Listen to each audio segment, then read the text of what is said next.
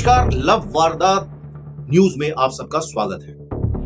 ये real story बनाने का मकसद आपको आगाह करना और सुरक्षित महसूस कराना है। किसी भी रिश्ते में सतर्क रहना, अपनी सुरक्षा का ध्यान रखना और गलत व्यवहार को समय रहते पहचानना बेहद जरूरी है। और इस शो का मकसद यही है, लव वारदात।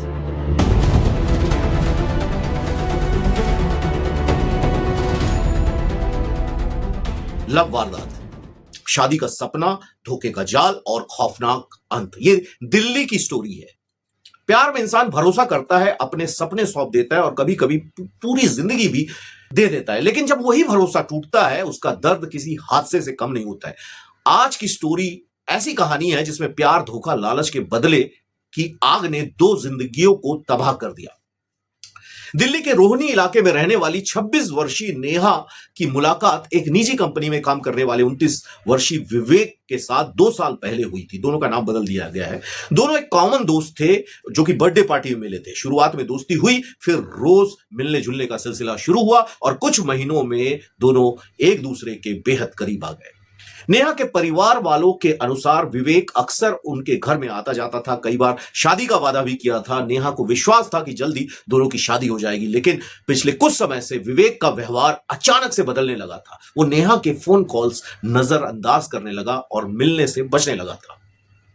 नेहा को शक हुआ कि विवेक किसी दूसरी लड़की के संपर्क में है। जब इसके बारे में उससे पूछताछ की तो दोनों के बीच में झगड़े शुरू हो गए। कई बार मामला इतना बढ़ गया कि दोनों ने रिश्ता खत्म करने की बात भी कही, लेकिन फिर दोबारा साथ में आ गए, जैसा कि हमेशा होता रहता है।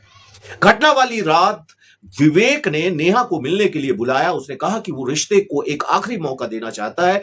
नेहा उम्मीद लेकर उससे मिलने पहुंची। दोनों एक सुनसान सड़क के किनारे कार में बैठे हुए थे और बातचीत कर रहे थे। शुरुआत में सब कुछ सामान्य रहा, लेकिन कुछ ही देर बाद में पुरानी बातें निकलना शुरू हो गया।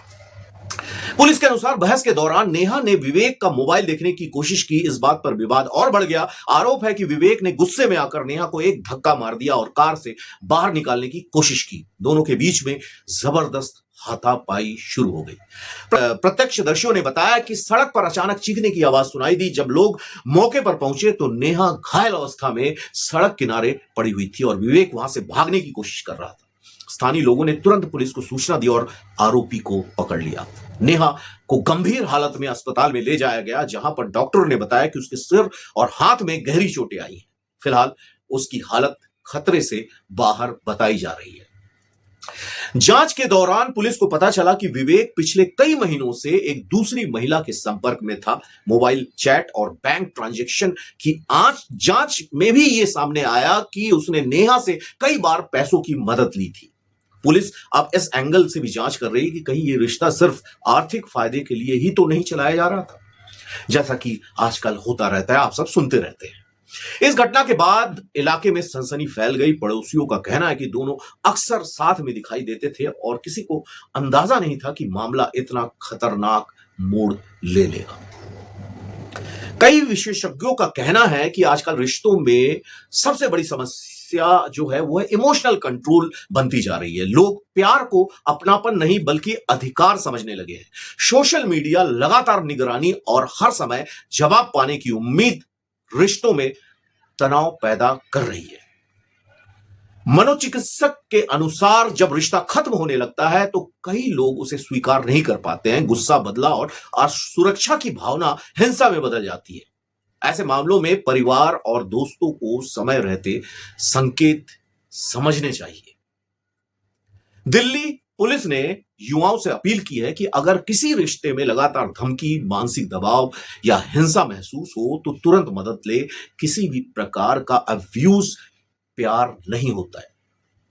सोशल मीडिया पर भी इस मामले को लेकर बहस छिड़ गई है। कुछ लोग इसे टॉक्सिक रिलेशनशिप का उदाहरण बता रहे हैं, जबकि कई लोग युवाओं में बढ़ते गुस्से और मानसिक तनाव को जिम्मेदार मान रहे हैं। फिलहाल आरोपी विवेक पुलिस के हिरासत में है और उनके खिलाफ हत्या के प्रयास, धमकी और महिला सुरक्षा कानूनों के तहत मामला दर्ज किया गया है। पुलिस जल्दी ही चार्जशीट दाखिल करने की तैयारी में है।